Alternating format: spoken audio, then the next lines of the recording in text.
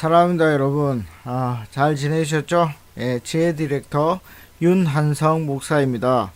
반갑습니다. 오늘은 삶의 에너지를 줄이는 지혜 Wisdom 18번째 이야기를 하겠습니다. 오늘 제목은 행복한 돈입니다. 우리에게 행복을 주는 돈이 뭘까 한번 생각해 볼 건데요. 예, 행복한 돈에 대해서 이야기를 해보겠습니다.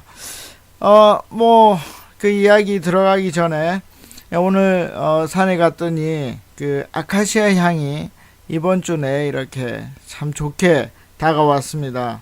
아마 아카시아가 맞을 겁니다. 제가 식물을 잘 모르는 거 여러분들 잘 아시죠? 그 아카시아 향이 싹 나면서 그 숲에 그늘로 들어가는데 연인들이 등산을 왔습니다. 굉장히 이례적인 일입니다.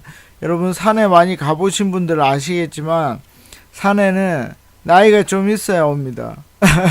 근데 제가 갈 때 한번 이렇게 싱그러운 청춘들을 보고 또 올 때 한번 또 싱그러운 청춘들을 보았습니다. 참 마음이 좋았습니다. 참 예쁜 때죠.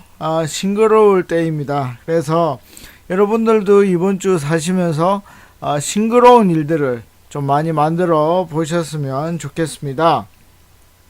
그런데 실제로 우리가 사는 세상은 어떻습니까? 어제 오늘 뉴스를 계속 이렇게 쭉 봐도 계속 좀 칙칙한 돈 이야기입니다. 예. 물론 경제 이야기도 많이 나오죠. 그렇지만 정치 이야기들도 사실 따지고 보면 모조리 돈 이야기였습니다.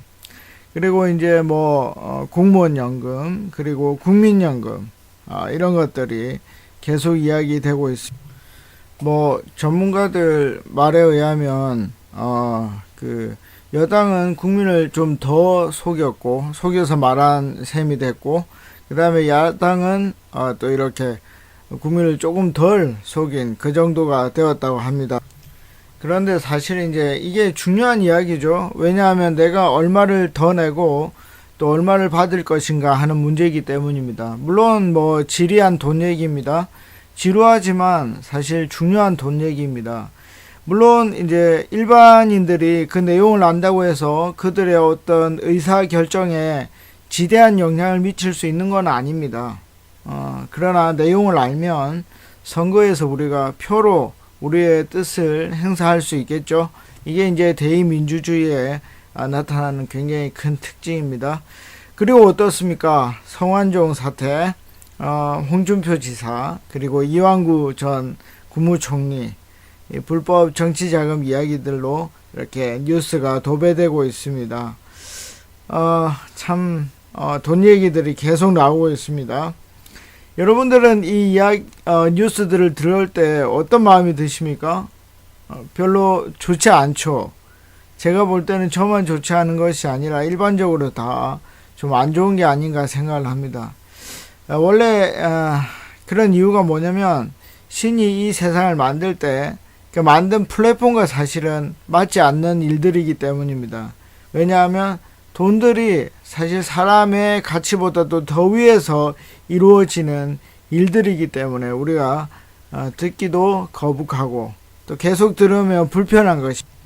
자, 이미 우리 사회는 이제 수단인 돈이 사람을 넘어섰다고 봐야 할 것입니다. 그렇기 때문에 우리는 더욱 깊이 있게 이 자본주의 사회 속에서 돈, 그리고 포스트 모더니즘 속에서 돈은 과연 나에게 어떤 의미가 있는가 하는 것을 정말 깊이 있게 생각해 보아야 합니다.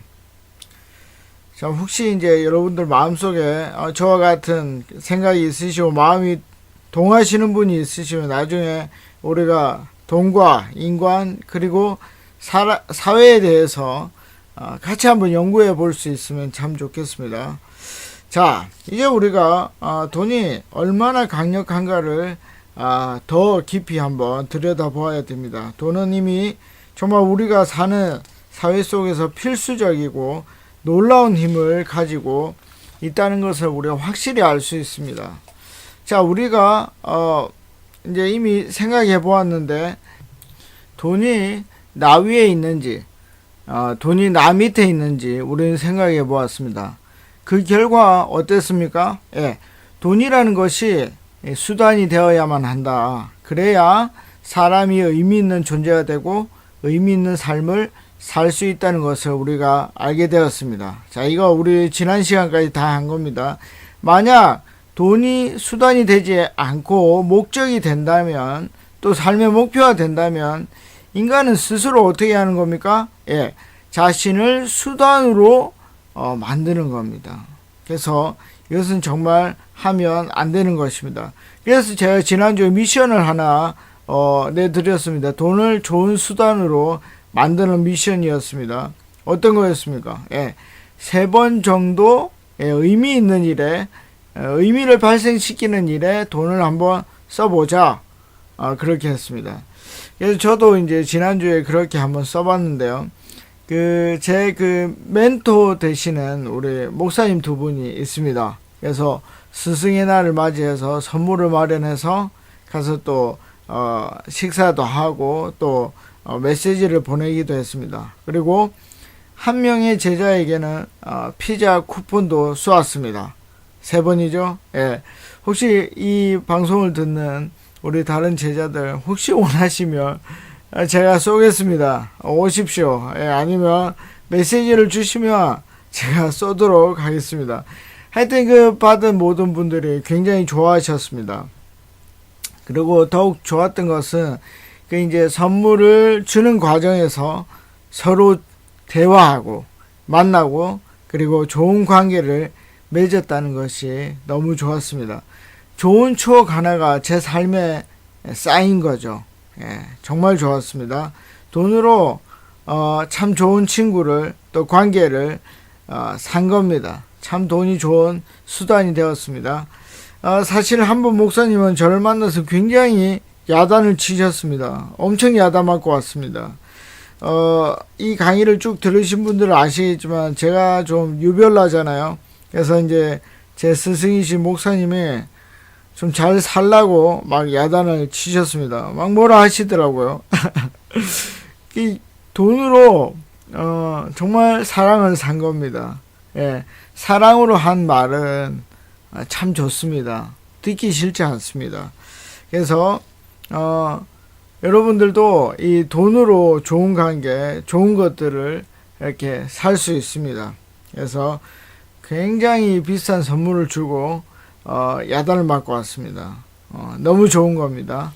자, 돈은 이와 같이 정말 좋은 수단입니다. 돈이 목적이 되면 이런 참 사랑, 참 관계 이런 것들을 얻을 수 없습니다. 자, 그래서 이제 오늘 강의를 하기 전에 2가지를 우리가 전제하고 이야기를 진행해야 됩니다. 첫째가 뭐냐면 돈은 뭐요? 예, 수단이어야 한다는 겁니다. 여기에 이제 동의를 하시고 들으셔야 제 강의가 의미가 있습니다. 예, 돈이 수단이 된다는 말은 인생의 목적과 목표가 의미 있는 삶에 집중되어야 된다는 것이죠. 자, 2번째는 사회 구조적인 이야기입니다.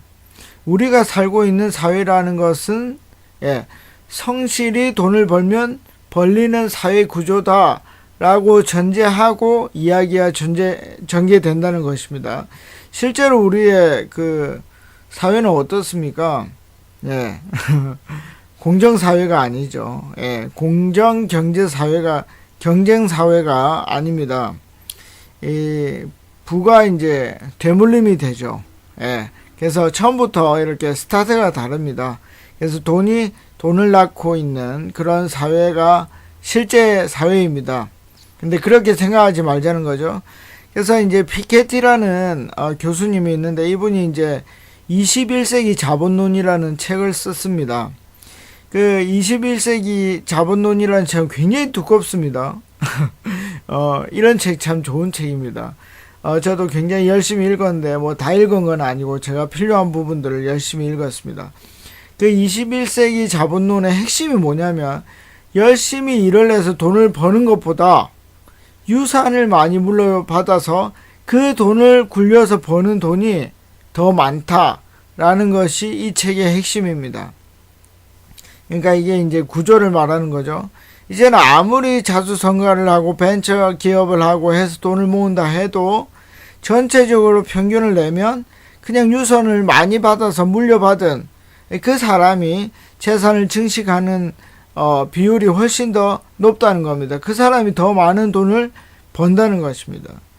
결국 이게 이제 이미 신이 만들어 주셨던 그런 성실히 만들어내는 그런 부의 질서가 많이 무너졌다는 것을 보여주는 것입니다. 하지만 이제 아직도 유지되고 있는 것이 일반적인 경우에서는 일을 열심히 하는 사람이, 성실히 하는 사람이 돈을 많이 벌고 일을 하지 않는 사람이 돈을 적게 번다는 것이 그래도 그나마 공식적으로 유지되고 있는 것입니다. 이 원칙을 전제로 풀어나가겠다 하는 것입니다. 자, 그럼 우리가 이제 일을 통해서 돈을 벌고 또 그 돈을 통해서 우리의 삶의 의미를 만들어내는데, 그럼 우리가 그 과정에서 맨 처음 해야 될 것이 무엇인가? 그것은 바로 돈의 목표량을 정하는 것이라는 것입니다. 돈의 목표량을 정하는 것입니다. 이것은 우리가 앞에서 일의 목표량을 정하는 것도 정하는 것과 같은 원리입니다. 일의 목표량을 정하지 않으면 거짓 성실이라 그랬죠. 의미 있는 삶을 사는 게 아니라 그냥 그 일에 매몰된다고 그랬습니다. 그러니까 돈에 대해서도 목표량이 없이 어떤 무한한 돈을 모으고자 한다면 그 사람은 어떻게 되겠습니까? 돈에 끌려다닐 수밖에 없다 하는 것입니다. 자, 그래서 내가 평생 모을 수 있는 그 한계 내에서의 목표량을, 돈의 목표량을 정해보는 것이 굉장히 중요합니다. 이제 예전 같으면은 20대 중반부터 돈을 벌었겠죠. 예전에 이제 그 학습을 더 안 했을 시절에는 거의 20대 초반부터 산업 현장에 뛰어들 수 있었습니다. 그런데 지금은 그렇게 되지 않죠. 그래서 30세부터 돈을 번다고 가정하면 60세까지, 만 60세까지 우리 한 30년 동안 돈을 벌 수 있습니다. 재테크 전문가들이 그렇게 얘기를 합니다. 30대 때는 한 50%를 저축하고 40대는 40%, 50대에는 30%를 저축해야 된다고 얘기를 합니다. 그래야 노후를 대비할 수 있다고 하거든요. 그러면 이 원칙을 따라서 보면 대략 한 250만 원 정도 번다고 생각을 하면은 30대 50%, 40대에 40%, 50대에 30% 이렇게 저축을 하면 만 60대가 되는 시점에서 한 2억 4천 정도를 모을 수 있습니다. 이게 이제 일반적인 겁니다. 근데 굉장히 돈 안 쓰고 정말 아껴서 살아야 됩니다. 그러니까 그렇게 하면 한 250만 원 정도 벌면 2억 4천 정도 벌 수 있다고 할 수 있습니다. 이제 맞벌이를 하면 한 4억 8천 정도까지 벌 수 있겠죠. 그래서 평생 한 5억 정도를 벌 수 있다는 겁니다. 굉장히 아껴서 살아야 됩니다. 그렇다면 이것보다 만약 돈을 더 많이 벌고자 한다면 어떻겠습니까? 정말 마음이 아플 겁니다. 왜요? 항상 이제 불만족에 살 수밖에 없죠. 왜냐하면 정확한 목표량이 없기 때문에, 그리고 그 자기가 벌 수 있는 타당한 목표량보다 항상 더 많은 것을 원하기 때문에 불만족스러울 수밖에 없다는 것입니다. 그래서 이제 돈을 많이 버는 사람들을 끝없이 부러워하겠죠? 그러면 이제 돈에 매이게 되고 의미 있는 삶은 이제 뒷전으로 물러나게 되는 겁니다. 더 많은 돈을 모으는데 이제 모든 것을 투자하고 다른 것들은 포기하게 되는 것이죠. 자, 이제 제가 조금 더 극단적인 예를 좀 들려고 합니다. 요즘 젊은 세대를 뭐라 합니까? 삼포 세대라고 합니다. 그리고 또 88만원 세대라고 얘기를 합니다. 삼포 세대는 뭐냐면 연애를 포기하는 겁니다. 돈이 없어서. 그리고 결혼할 수 없죠. 돈이 없으니까. 그리고 아기를 낳을 수 없습니다. 그래서 출산까지 포기한다 해서 삼포 세대입니다. 그리고 월급을 88만원 밖에 받을 수 없다고 해서 88만원 세대라고 합니다. 88만원 세대를 그 88만원 받는 젊은이를 한번 생각을 해봅시다. 이 친구가 차를 한 대 사고 싶습니다. 자, 이제 부모님 세대들은 88만원 받는데 뭐 벌써 차를 사, 이런 마음도 있으시겠지만, 세대가 정말 많이 바뀌었습니다. 예. 그래서, 이제는 차는 거의 필수품인 것 같습니다. 그런데 친구들이 막, 이제 벤츠 같은 외제차를 사는 거죠. 그래서 얘가 벤츠를 사고 싶은 겁니다. 누가 저한테 이제 생일 선물로 뭘 받고 싶으냐, 그러면 저는 늘 벤츠를 받고 싶습니다 얘기를 합니다. 왜냐하면 정말 그걸 타고 싶고, 또 그렇게 말하면 전혀 선물을 사줄 수 없죠. 예. 그래서 제가 그렇게 얘기합니다. 왜냐하면 저는 이상주의자니까요. 자, 어쨌든 그래서 이 88만원 받는 친구가 이렇게 1억 원짜리 벤츠를 사고 싶은 겁니다. 이게 이제 자기의 돈을 모으고자 하는 목표량입니다. 그러면 이제 우리가 실제적으로 이게 가능한지 한번 생각을 해보자는 겁니다. 88만원 계산하기 힘드니까 100만원 정도 번다고 생각을 해봅시다. 그러면 집월세가 얼마 정도 나가겠습니까? 얘가 뭐 좋은 직장에 못 갔으니까 좋은 아버지가 집을 대줄 수가 없겠죠. 그러니까 집월세 한 30만원 잡습니다. 절대 좋은 집이 아닙니다. 제일 안 좋은 집이 한 30만원 나갈 겁니다. 생활비 하루에 만원씩 해서 한 30만원 쓴다고 생각을 해봅시다. 나중에 공과금 내고 이러면 만원도 거의 안 쓴다고 보면 됩니다. 그러면 한 40만원 정도 남겠죠. 자, 이 40만원을 저축해서 벤츠를 사는 겁니다. 그러면 1년 모으면 한 480만원 정도 모읍니다. 10년 모으면 4,800만원. 그래서 일단 다운페이를 할 수 있습니다. 다운페이라는 거는 미리 돈을 내는 거죠. 그러니까 10년을 모아서 겨우 벤츠를 가질 수 있는 겁니다. 그리고 나서 다시 10년 동안 그 벤츠를 나머지 돈을 이제 5,200만원을 갚아 나가는 겁니다. 그러니까 한 22년 정도 만에 그 벤츠를 사는 겁니다. 자유가 있겠습니까? 자유가 있을 수가 없죠. 한 20년 동안 그 돈에 매여 살 수밖에 없는 겁니다. 근데 그 꿈이 인생 최대 목표라고 한다면, 저는 그 꿈도 의미 있는 꿈이고 삶이라고 생각을 합니다. 크게 반대할 마음은 없습니다. 제 자신이 이렇게 이상주의적인데, 누구를 욕하겠습니까? 좋습니다. 근데 저는 이제 그 다른 목표를 잡으면 20년 동안 좀 더 재미있게 살 수 있다는 거, 그리고 의미있게 살 수 있다는 다른 옵션을 제시해 주고 싶은 마음은 있습니다.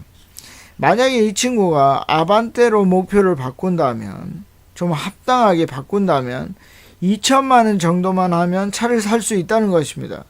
매달 40만원씩 모아서 1년이면 480만원입니다. 이걸 먼저 다운페이를 하고 나머지 60개월 동안 매달 한 26만원만 투자하면 이 차를 1년 후부터 탈 수 있다 하는 것입니다. 굉장히 자유롭게 된다는 것이죠. 그래서 합당한 목표량을 정하는 것은 굉장히 의미 있고 행복한 삶을 사는데 굉장히 도움이 된다는 것을 알 수 있는 것입니다. 제가 이제 미국에 있으면서 그 2잡, 3잡 하는 사람들을 봤습니다. 이제 미국에 와서 빨리 정착하고 싶은 거죠. 그래서 주말에도 일하고 또 밤늦게도 일을 해서 2잡, 3잡을 이제 합니다. 몸이 상하고요. 손이 다른 형태로 비틀어집니다. 손이 돌아갑니다. 너무 이렇게 접시도 많이 닦고 또 무거운 것을 많이 들어서요. 또 가족들이 붕괴됩니다. 엄마 아빠가 없으니까 당연히 그렇겠죠. 빨리 자리를 잡기는 잡습니다. 그런데 나머지 모든 것은 다 버려야 합니다. 그래서 저는 그걸 보면서 도대체 저렇게 열심히 해서 뭘 하나, 그런 생각들을 많이 했습니다. 물론 이제 우리가 여러 가지 잡을 잡아서 그렇게 벤츠 이런 걸 살 수 있습니다. 그러나 알맞은 목표량을 잡으면 나머지 것들에서 행복과 의미를 잡아낼 수 있다는 것이죠. 그래서 여러분들이 먼저 해야 될 것은 뭐냐면 내가 가질 수 있는 합당한 돈의 목표량을 정하는 것입니다. 그렇게 돈의 목표량을 정하면 삶이 훨씬 더 의미 있고 풍성해질 수 있다는 것입니다. 자, 두 번째로는 그러면 어떤 일을 통해서 우리가 돈을 모을 것인가 하는 것입니다. 어떤 일을 통해서 돈을 모으면 보다 더 의미 있고 행복한 삶을 살 수 있느냐 하는 것이죠. 잡코리아라는 그 취업 포털이 있습니다. 그 취업 포털에서 2014년도 설문조사한 게 있는데요. 전공 선택을 후회한 적이 있습니까? 라는 질문을 했습니다. 그랬더니 83.2%의 사람이 후회한다라고 얘기를 했습니다. 왜 그랬겠습니까? 취업 현장에서 그 전공이 별로 의미가 없었던 거죠. 도움을 받을 수 없었던 겁니다. 그래서 자신의 전공을 후회한다 라고 83.2%가 얘기를 했습니다. 그러니까 거의 대부분 그렇게 얘기를 한 겁니다. 결국 이제 이거는 대학을 정할 때부터 이제 점수에 맞춰서 가는 그 풍습 때문에 어쩔 수 없는 것이죠. 자, 그리고 우리가 이제 직업에 이제 전공이 도움이 안 됐다는 것은 지난주에 말씀드렸듯이 경제적 보상을 제대로 받을 수 없는 이제 낮은 월급을 받는 직업만 그 전공으로 구할 수 있기 때문에 이게 별 도움이 안 됐다는 것일 겁니다. 자, 근데 뭐 사실 이제 요즘 취업이 너무 어려우니까요. 사실 돈을 많이 주는 곳이면 너무 좋고, 돈을 안 줘도 취업만 시켜줘도 정말 좋은 거죠. 그래서 뭐 열정, 임금 이런 말도 나오고 참 사실 힘듭니다. 실제로 또 다른 취업 포털 사람인이라는 취업 포털에서 이제 조사한 게 있는데 1년간 이직률에 대해서 나왔는데 그 평균 이직률이 17.8%라는 겁니다. 그러니까 10명 중에 2명이 퇴사하거나 다른 직장으로 간다는 겁니다. 못 견뎌서 가는 거죠. 자기랑 맞지 않는 겁니다. 여러분, 이렇게 어려운 시절에 이렇게 자기의 직장을 포기하고 간다는 것은 사실 굉장히 큰 문제입니다. 10명 중에 2명 가는 것이 절대 작은 비율이 아닙니다. 심지어 공무원들도 16%가 이직을 하고 싶다. 실제로 월급이나 이런 안정성 때문에 못 옮겨서 그렇지 나 옮기고 싶다. 그러니까 10명 중 2명이 옮기고 싶다는 것입니다. 자, 그러면 우리나라의 많은 사람들이 뭐죠? 자기가 원하지 않는 일을 통해서 돈을 벌고 있는 겁니다. 그러니까 상대적으로 의미 있지도 않고 행복하지도 않겠죠. 자, 그렇다면 우리는 어떤 일을 통해서 돈을 벌어야 할까요? 가능하면 자기가 재미있고 그 일을 하면 잘 할 수 있는 일을 해야 한다는 것입니다. 그러면 사실 나중에 돈을 잘 벌 수 있는 확률도 높아지는 겁니다. 그 만화가 허영만 씨 아시죠? 저는 이제 허영만 씨의 망치 이런 거 뭐 초등학교 중학교 때 많이 봤습니다. 이분이 어느 그 TV 프로그램에 나와서 밥만 먹고 살 수 있다면 자신이 좋아하고 잘하는 일을 하며 살아라 라고 얘기를 했습니다. 저도 이렇게 동의하는 것이 저도 쭉 지난 세월을 생각해 보면 못하지만 도전하고 싶고 그런 일을 하는 것보다 잘할 수 있는 일을 더 열심히 해서 더 깊이 있는 것에 도전하는 것이 좋다고 생각이 들었습니다.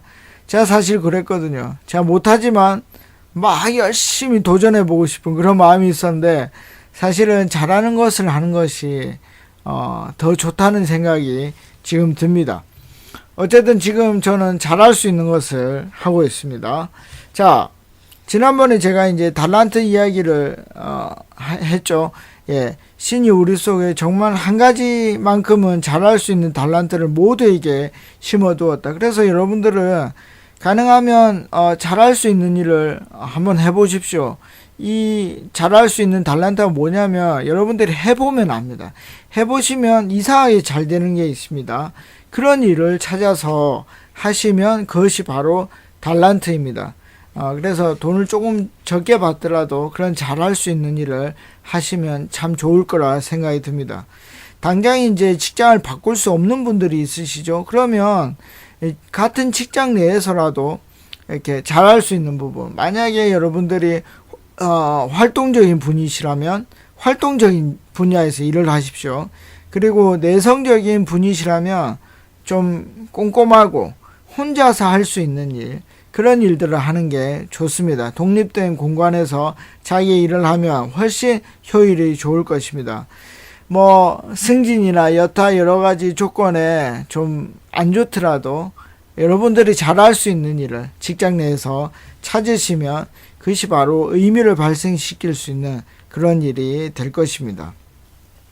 자, 자신을 잘 관찰해 보시고 그런 즐거운 일, 잘할 수 있는 일을 택하시면 좋겠습니다. 자, 왜 제가 이런 이야기를 하냐면 21세기에는 이 성실이라는 개념이 좀 바뀌어서 그렇습니다. 예전처럼 어떤 얼리버드형, 그러니까 일찍 일어나는 사람이 돈 더 많이 벌듯이 6시간 일하는 사람보다는 8시간 일하는 사람이 더 돈을 많이 벌고 10시간 일하는 사람이 돈 더 많이 버는 그런 개념이 이제는 깨졌다 하는 것입니다. 제 책에도 그런 얘기가 나오는데, 예를 들면 스티븐 잡스가 이렇게 전화기와 또 TV와 그리고 사진기 또 인터넷 이런 것들을 하나로 만들겠다고 하는 그 생각 1초 만에 한 그 생각이 50년 동안 열심히 돈을 많이 번 사람보다 훨씬 돈을 많이 벌 수 있다는 겁니다. 그래서 이제는 좀 성실에 대한 개념이 많이 바뀌었다 하는 것입니다. 아주 유명한 미래학자가 있는데 토마스 프레이라는 사람이 있습니다. 이 미래학자가 어떤 전망을 내놨습니다. 2030년까지 이 세상에 있는 직업 20억 개가 사라진다고 얘기를 합니다. 그 이유는 뭐냐면 인공지능이 발전해서 이제 하던 그런 성실한 일들은 모두 로봇이 대처할 거다 하는 겁니다. 참 놀랍고 무섭죠? 놀랍고 무서운 일입니다. 그래서 이제 성실한, 예를 들어 어릴 때부터 성실한 의사나 교수들 이런 것까지도 아마 대체가 되지 않을까, 그렇게까지 얘기를 합니다. 놀라운 거죠. 놀라운 겁니다. 사실 저도 한 10년 전에 공무원이나 교사가 절대 안정적인 직업이 될 수 없을 거라고 얘기를 했습니다. 예를 들면은 공무원은 삼진 아웃제도, 서비스가 안 좋다는 컴플레인이 3번 정도 이렇게 들어와서 경고가 되면 이제 쫓겨나는 거죠. 이건 실제로 미국에서 지금 하고 있는 제도입니다. 그리고 교사는 아마도 이제 계약제로 바뀔 거라고 제가 이제 예언을 했었는데, 예를 들면 3년, 또 다시 3년, 또 검증이 되고 나면 6년, 그 다음에는 이제 정년을 보장하는 그런 식으로 바뀔 거다고 얘기를 했는데, 이제는 이 자리까지도 로봇에게 넘겨줘야 될 판이 되었습니다. 왜냐하면 학교도 사라질지도 모른다는 말이 나오거든요. 참, 그래서 2030년이면 15년밖에 남지 않았잖아요. 그러니까 그 안에 얼마나 많이 세상이 바뀔지 알 수 없는 겁니다. 자, 결국 이거는 단순합니다.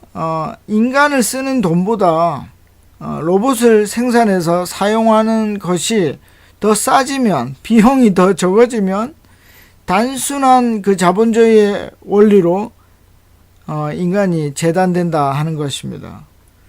정말 놀랍지 않습니까? 그래서 제가 이제 지난 시간에 자본주의에 대해서 그렇게 길게 설명을 드린 겁니다. 그러니까 이제는 단순히 옛날과 같은 그런 성실로는 살아남을 수 없다는 것입니다.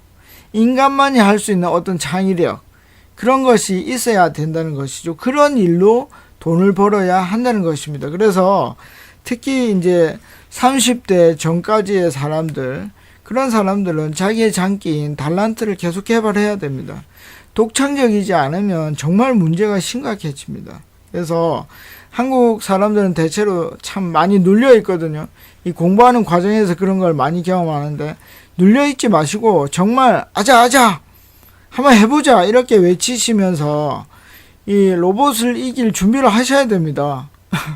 정말 자기가 잘할 수 있는 것들을 해야 됩니다. 그래서 돈을 쫓지 마시고 자기의 무기를 만드셔야 돼요. 그런데 힘을 많이 쓰셔야 됩니다. 그 무기가 반드시 돈이 될 때가 올 겁니다. 자, 이때까지 우리는 어떤 일을 통해서 돈을 벌 것인지에 대해서 생각을 해봤습니다.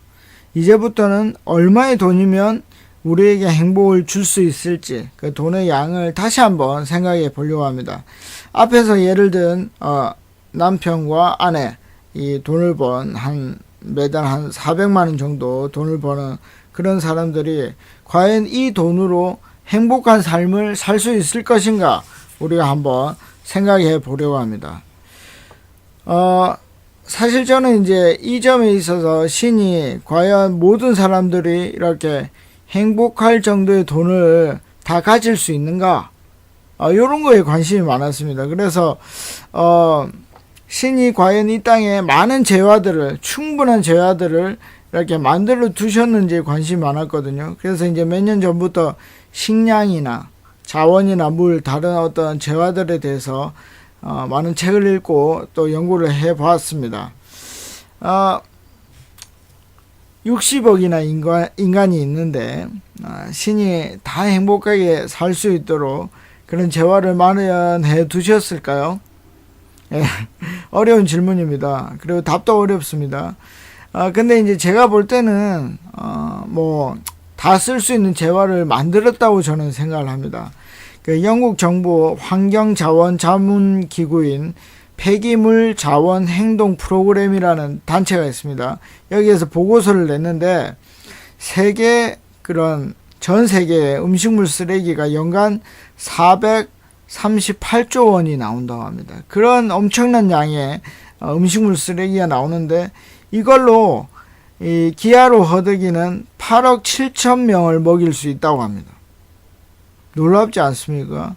그 WHO 세계보건 기구에서는 2014년 비만 인구가 5억 명, 영양 실조가 8억 명이라고 했습니다. 그러니까 아까 전에 8억 7천 명을 먹일 수 있다고 했으니까 음식물 쓰레기만 줄여도 그것만 다 이렇게 나누어 줘도 8억 명을 충분히 먹이고 살릴 수 있다는 겁니다. 제가 이제 이런 아이디어에서 모두가 충분히 행복할 만한 돈의 양을 가질 수 있다. 이렇게 생각을 합니다. 물론 이제 각 나라마다 물가가 다르니까 그 비용은 좀 다를 수 있습니다. 자, 2015년 한국 중위 소득, 그러니까 딱 가운데 소득이 뭐냐면 4인 가족 422만 원보다 조금 많은 돈이었습니다. 그러면 이 사람들은 과연 행복할 수 있을까? 이제 422만 원 받는 사람들. 그러니까 중위 정도 되는 사람들은 다 좀 행복할 수는 있어야 되지 않겠습니까? 그런데 이거에 관련해서 현대경제연구원에서 2013년도에 조사한 내용이 있습니다. 이 내용은 4인 가족 400만 원 기준일 때, 중위소득이 400만 원 기준일 때 나왔던 겁니다. 자, 이 조사에서 재미난 건 뭐냐면 소득이 많아지면 많아질수록 행복감도 많아진다는 것이 결론이었습니다. 그래서 하나만 좀 보면 500만 원, 월소득 500만 원 이상인 그 가정을 조사해 보니까 53.5%가 행복하다고 대답을 했습니다. 그리고 400에서 500만 원 사이에는 47.9%가 행복하다 있고 300만 원에서 400만 원 사이는 39.9%가 행복하다 했습니다. 그러니까 점점점 줄어드는 것을 알 수 있죠. 이 데이터를 잘 보면은 월 소득이 행복 지수에 비례적으로 높여준다는 것을 알 수 있습니다. 사실 이 연구는 미국에서 저스틴 울퍼스라는 경제학자가 한 거랑 똑같습니다. 이 소득도 전 세계를 보니까 소득이 많은 사람일수록 행복 지수가 높아졌다는 결론이었습니다. 그러니까 현대경제연구원이랑 똑같은 결과를 낸 겁니다. 그런데 이제 현대경제연구원에서 발표한 결과에 보면 100만 원 이하, 그러니까 4인 가족인데 100만 원 미만으로 보는 사람들이 18.2%만이 이렇게 행복을 느낀다고 얘기를 했습니다. 이건 그냥 우리 연구 안 해보고 딱 봐도 알지 않습니까? 얼마나 힘들겠습니까? 한마디로 쓸 돈이 없잖아요. 그러니까 뭘 어디에 붙이겠습니까? 만약에 이제 월 수입이 여러분 4인 가족 100만 원이 안 되어서 이렇게 불행하신 분들, 뭐 당연한 겁니다. 너무 마음 아파하지 마십시오. 특히 이제 기독교인 중에서 그렇게 벌지 못해서 내가 왜 하나님을 믿는데도 행복하지 않을까 고민하시는 분들은 돈이 없어서 그런 거니까 너무 그렇게 상심하지 마십시오. 확실한 것은 그렇게 가난한 것이 하나님의 뜻이 아니라는 겁니다. 이 사회 구조가 하나님의 뜻과 다른 자본주의 사회 구조이기 때문에 그렇게 된 겁니다. 아마도 하나님께서 조금씩 나아지게 하실 것입니다. 그래서 우리의 목표는 뭡니까? 오래 살아야 된다는 겁니다. 그래서 성실하게 오래 살면 훨씬 나아지는 때를 하나님께서 주실 것입니다. 그래서 우리는 건강관리를 잘해야 됩니다. 오래 살아야죠. 그래야 하나님께서 축복하시는 것을 볼 수 있습니다. 여러분, 비기독교인들도 건강하시는 게 중요합니다. 돈이 없으니까 건강할 수 없다 생각하시지만 그래도 노력하다 보면 적은 양이지만 좋은 양질의 음식을 조금씩 드실 수 있습니다. 그래서 건강하시고 정말 오래 사셔야 됩니다. 그리고 제가 말씀드렸듯이 아자아자 하면서 좋아, 가난하니까 좋네, 한번 해보지 뭐, 이렇게 해서 한번 붙어보자, 가난, 아자아자 이렇게 하셔야 됩니다. 그러면 그 말이 분명히 우리를 건강하게 만들고 분명히 우리가 나아지는 세상에서 살 수 있도록 우리를 오래 살게 만들어 줄 것입니다. 자, 좀 더 이 데이터를 자세히 한번 봅시다. 500만 원 이상인 소득의 사람들이 상당수 이렇게 행복을 느낍니다. 그런데 우리가 재미난 건 뭐냐면 53.5%는 행복합니다. 그런데 46.5%는 행복하지 않다는 겁니다. 이것도 굉장히 높은 겁니다. 그러니까 뭡니까?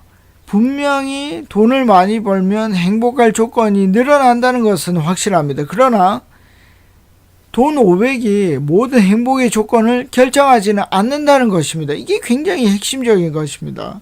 그래서 반 정도는 행복하지 않다는 겁니다. 그리고 놀라운 것은 뭐죠? 100만 원 미만의 사람도 20%는 행복하다는 것입니다. 그렇게 가난한데도 행복한 겁니다. 그러니까 행복에 다른 조건들이 있다는 것이죠. 그리고 두 번째로는 이 데이터를 잘 분석해 보면 행복을 조성하는데 뭐 다른 요소도 있지만 분명한 것은 일정한 양의, 예를 들면 500만 원 같은 월 수입 500만 원 같은 돈이 있어야 한다는 것을 우리가 분명히 알 수 있는 것입니다. 자, 정리해 보면 뭐 행복하게 만든 조건은 뭐죠? 돈만 있는 건 아니다. 근데 두 번째로는 행복을 만드는 조건 중에 아주 큰 것이 일정한 양의 돈이다 하는 거죠. 예를 들면 500만 원 이런 겁니다. 그렇다면 우리의 삶이 행복하고 의미 있게 하기 위해서 우리가 가능하다면 행복할 수 있을 만한 양의 돈을 벌어야 한다는 것입니다. 왜냐하면 그것이 하나의 행복의 조건이기 때문입니다. 이게 이제 우리가 경제 행복론이라는 것입니다. 이게 리차드 레이어 교수라는 분이 예전부터 이제 연구했던 것인데요. 이 사람은 뭘로 유명하냐면 돈이 사람의 행복을 좌우하지 않는다 하는 말로 유명해졌습니다. 근데 이 사람도 그 연구 데이터를 잘 보면 얼마 이상 될 때 돈이 행복을 이렇게 지배하지 않는다는 것을 말하고 있습니다. 여러분 그게 얼마인지 아십니까? 1인당 연간 15,000달러입니다. 여러분 이게 한국 돈으로 얼마인지 아십니까? 1,650만 원입니다. 4인 가족으로 하면 6,600만 원입니다. 그러니까 연소득이 6,600만 원입니다. 그리고 저희 같은 우리는 아들이 셋이라 그랬죠? 5명 가족은 8,250만 원입니다. 여러분 이게 작은 돈입니까? 그러니까 이 돈 이상이 되면 돈은 행복하고 상관없다는 겁니다. 이게 리차드 레이어 교수의 분명한 결론입니다. 그러니까 행복을 만드는데 일정한 돈이 필요하다는 겁니다. 그러니까 돈이 없이는 행복을 이룰 수 없다는 겁니다. 그러니까 목사들이 4인 가족 6,600만 원 이하의 사람들에게 여러분 돈이 다는 아닙니다 라고 말을 하면 안 된다는 겁니다. 정말 고민해보고 근거를 가지고 말을 하려면 해야 된다는 거죠. 오히려 목사들은 여러분 돈 벌어야 여러분들은 행복할 수 있습니다.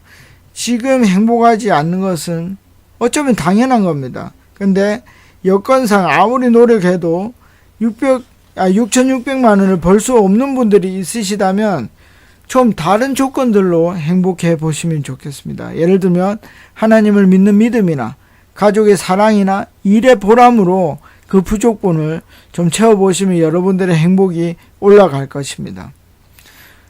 여러분 100만 원 버는 사람들도 행복할 수 있습니다. 왜냐하면 20%나 행복할 수 있습니다. 여러분 그 100만 원 버는 분들은 가능하면 열심히 버시되 다른 것들로 좀 행복한 삶을 유지해 보시면 좋을 것 같습니다. 이렇게 사실 설교해야 한다는 것입니다. 자, 이제 결론을 내릴 때가 됐습니다. 여러분 6,600만 원을 연 벌려면 매달 550만 원을 벌어야 합니다. 그리고 연 8,250만 원을 벌려면 매달 687만 원을 벌어야 합니다. 자, 그러면 우리가 만약에 그 돈을 벌었다면 어떻게 하겠습니까? 그 목표량을 채운 이후에는 어떻게 하겠습니까?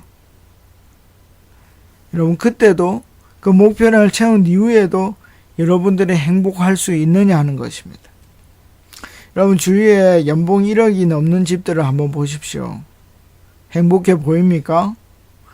남편과 아내의 관계, 자녀와 부모의 관계, 형제 자매들의 관계 어때 보입니까? 한번 잘 관찰해 보십시오. 여러분 겉으로는 행복해 보일 수 있습니다. 근데 오랫동안 사귀어 보시고 잘 관찰해 보십시오. 많은 경우에 다 행복하지는 않습니다. 여러분 이유는 한 두 가지 정도입니다. 첫째는 돈을 모으는 과정에서 소중한 것들을 소홀히 다룬 부분이 있습니다. 둘째는 돈의 목표량을 채우고 난 후에 과연 의미 있는 삶은 뭐지? 라고 생각해 보지 않았기 때문입니다. 그냥 돈만 따라 산 겁니다. 목표량만 채운 것이죠. 그 다음에 의미에 대해서는 생각해 보지 않은 것입니다. 여러분 우리가 이제 그 목표량을 채우는 것도 중요하지만 그 목표량 이후에 나는 어떤 의미 있는 삶, 어떤 행복한 삶을 살 것인지 생각해 두어야 됩니다. 그래야만 정말 그 목표량이 채워졌을 때도 우리는 행복할 수 있다는 것입니다. 500만 원 이상 벌어도 행복하지 않는 사람들이 있잖아요. 근데 우리는 그걸 준비해 두면 500만 원 이상 벌 때 행복할 수 있다는 것입니다. 여러분 이제 미션입니다. 여러분들이 놓치지 말아야 할 것들을 한번 리스트로 작성해 보십시오. 그게 첫 번째입니다.